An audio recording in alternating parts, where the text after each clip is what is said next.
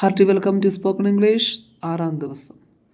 അപ്പോൾ നമ്മൾ ഇംഗ്ലീഷ് സംസാരിക്കാൻ നമ്മൾ ആഗ്രഹിക്കുന്നുണ്ടെങ്കിൽ നമ്മൾ പഠിക്കേണ്ട ഏറ്റവും പ്രധാനപ്പെട്ട കാര്യം ഇന്നലെ നമ്മൾ കണ്ടതാണ്. V1 V2 ഫോംസ് നമ്മൾ നിർബന്ധമായിട്ടും അറിഞ്ഞിരിക്കണം. അപ്പോൾ അതിനകത്ത് തന്നെ നമ്മൾ മനസ്സിലാക്കേണ്ട ഒരു പ്രധാനപ്പെട്ട ഫോമാണ് V1. ഇപ്പോൾ ഈ V1 എന്ന് പറയുന്നത്, ഇപ്പോൾ ഉദാഹരണം പറഞ്ഞാൽ നോ എന്ന വാക്കാണ് അറിയുക. അതിൻ്റെ V2 ന്യൂ. അപ്പോൾ ആദ്യത്തെ വാക്കെടുത്തേ V1. അപ്പോൾ ഐ നോ ഇംഗ്ലീഷ്, എനിക്ക് ഇംഗ്ലീഷ് അറിയാം. യു നോ ഇംഗ്ലീഷ്, നിനക്ക് ഇംഗ്ലീഷ് അറിയാം. വി നോ ഇംഗ്ലീഷ്, അതിനർത്ഥം എന്താണ്? ഞങ്ങൾക്ക് ഇംഗ്ലീഷ് അറിയാം.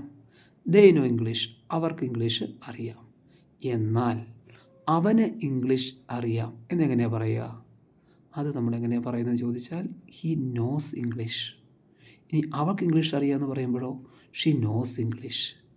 നമ്മുടെ വീട്ടിലെ പട്ടിക്ക് ഇംഗ്ലീഷ് അറിയാമെന്ന് പറയുമ്പോഴോ മൈ ഡോഗ് നോസ് ഇംഗ്ലീഷ്.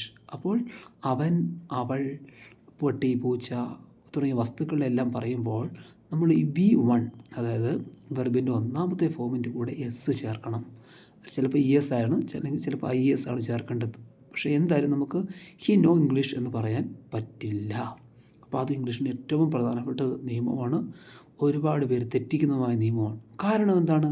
ഇംഗ്ലീഷിലുള്ള എല്ലാ വെർബും പ്ലൂറലാണ്. എന്നാൽ വെർബിനെ സിംഗുലർ ആക്കാൻ വേണ്ടിയാണ് നമ്മൾ എസ് ചേർക്കുന്നത്.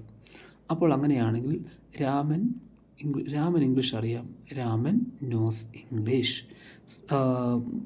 ജോണിക്ക് ഇംഗ്ലീഷ് അറിയാം. Johnny knows English. Mohan English അറിയാം. Mohan knows English. അപ്പോൾ ഇത് വളരെ പ്രധാനപ്പെട്ട ഒരു കാര്യമാണ്, നമ്മൾ മറക്കരുത്. ഈ വീഡിയോ നിങ്ങൾ എത്ര തവണ കേട്ടാലും കുഴപ്പമില്ല.